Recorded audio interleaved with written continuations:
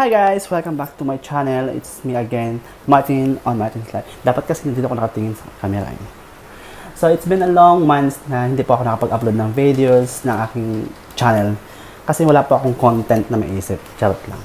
For this video, as you can see guys, na mag-unbox po tayo ng iPhone, Airpods Pro iPhone. So actually, this is not the original one.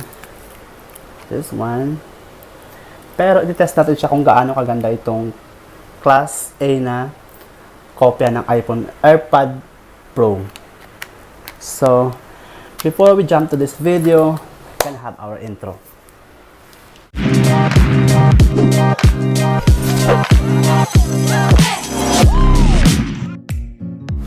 Alright, so here we go guys. Ito po yung example ng ating bukas na iPhone AirPod Pro. Yung pinaka-latest po, dito siya. Hindi mo focus yung charot lang. Tapos, i-test natin siya. Actually, ito yung i-unbox natin. So, para lang din siyang original na iPhone AirPod Pro. Hindi masyadong makita. Ayan. So, let's start.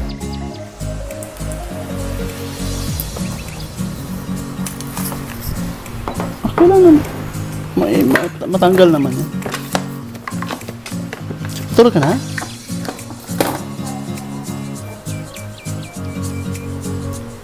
So, ito po yung i-unbox natin.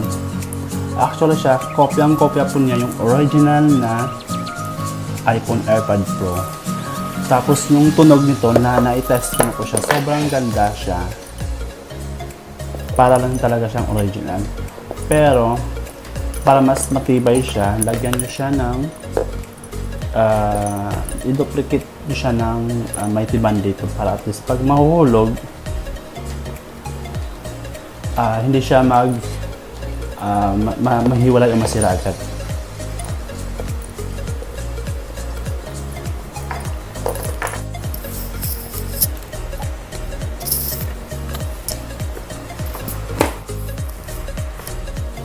So, gamitan natin siyang pambukas na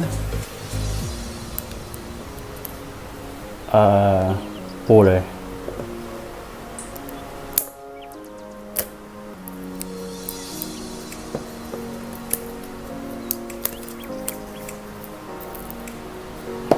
So, ayun guys. Alright, so let's continue. I'm sorry guys na na-interrupt yung ating video dahil nalobat nating phone. So, ngayon, I want to apologize for having this very difficult mic that I've been using for a while. Itong wire earphone lang ang ginagamit ko ngayon. So, ngayon, i-continue natin yung pag-unbox nitong AirPod Pro for iPhone mini. So, ito po ay isa lamang kopya. Hindi po ito yung original as I mentioned earlier.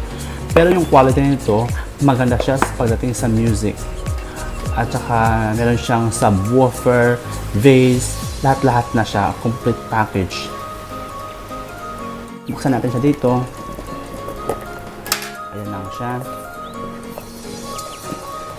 Yung finishing ng box ay napaka ayan, parang talaga siya ng original one. Ayan, ayusin yung camera. So, as usual, pag mag-unboxing tayo ng mga device, meron talagang kasamang manual. So, hindi natin kailangan yung manual dahil madalang siyang gamitin. So, along with the device, meron siyang kasamang cord, which is yung charger niya with micro USB to iPhone jack. Ayan. So, tabi natin siya dito. So, ito na po yung pinaka-device natin. Ayan siya. So, exactly the same with the original one. Ayan guys, as you can see, meron siyang logo din siya at meron siyang kunting tuldok dito, yung this tiny hole here, as you can see. So ito po yung lights and we have a button here, so you can push this one, pindutin nyo lang yan, so mag-iilaw po siya.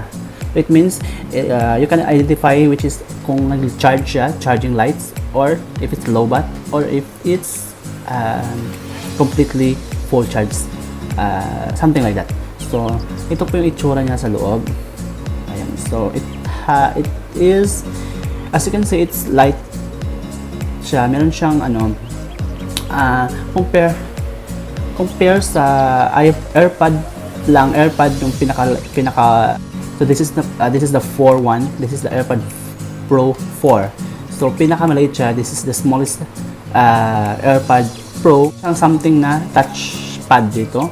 So you can click this one here, double tap, or pause, next music, something like that. Then on or off, you can touch these things here, so it becomes a light blue or red.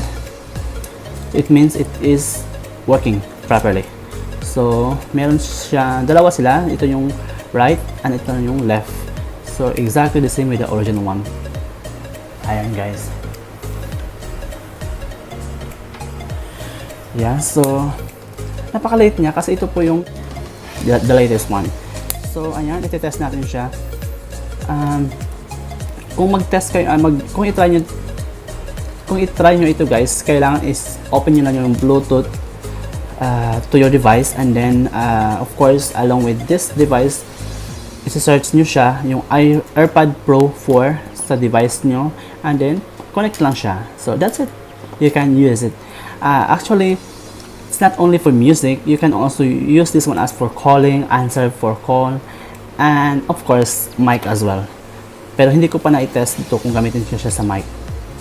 So soon siguro magamit ko na siya for music, because I am addicted for music, so I can use this one properly. So yun lang po yung ating unboxing, very simple lang po. Ayan. At saka guys, don't forget, if you use AirPod Pro Mini, you have to take care of this one, because this is very little things. It can be fall down or forgot everywhere. So for me, meron po akong biniling casing niya. Bumili ako ng casing which is it's not suitable for the AirPod Mini Pro dahil wala pang lumabas na case ng AirPod Mini Pro. So I used the AirPod 3, yung case niya. Actually it's not much, so meron siyang space dito kasi dito lang po siya, ganito lang po siya kaliit. So okay lang siya as long as meron siyang case para hindi siya magasgas, at saka pwede mo siyang magamit sa mga keychain, pwede siyang ikabit sa pantalon nyo, ganyan. So very nice and complete package siya. So ito po, yun lang po ang ating unboxing guys. Thank you so much for watching. Until next video. Alright guys, so thank you so much for watching for this unboxing video. If you guys are new to my channel, don't forget to like, share, and subscribe, and don't forget to click the notification bell for our next unboxing video. So thank you so much guys, and have a good day. Thank you.